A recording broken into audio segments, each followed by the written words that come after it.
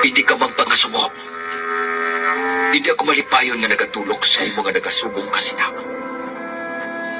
Gani, sugiran ko na lang ikaw sang bugos nga kamaturan.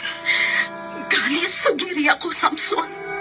Sugiri ako, Samson. Maluoy ka. Sugiri ako.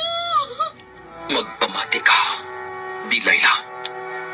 Bilang isa ka na sariyo, sumugod sa ginbunag ako sang akon nga iloy.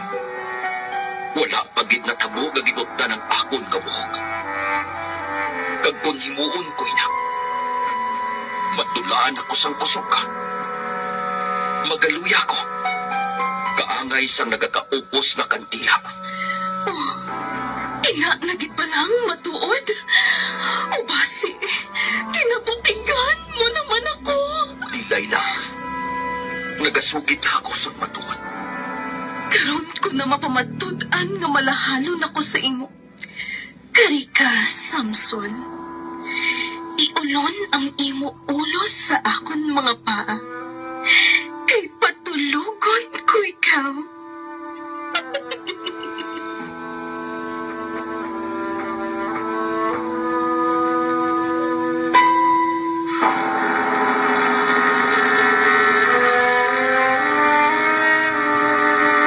Ginpatulog ni Delilah si Samson sa iya mga paa, kag sang mahamuok na ini nga nagakatulog. Nagtawag siya sang isa ka tawo, agud magbunting sang pito ka na sa lapid ka buhok ni Samson. Kag agud masiguro kung nagasugid gid man si Samson sang kamatuoran, siya nagsinggit.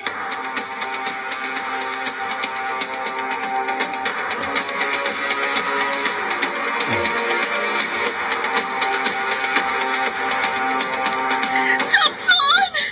Samson! Yara ang mga Pilistinon! Hindi. Hindi ako makahulag. Tumandaluya sa akong tuhod. Wala na ako sang kusog.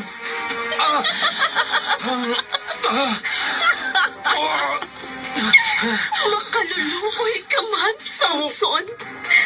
Wala ka na sang ikasarang agad magpato sa Pilistinon.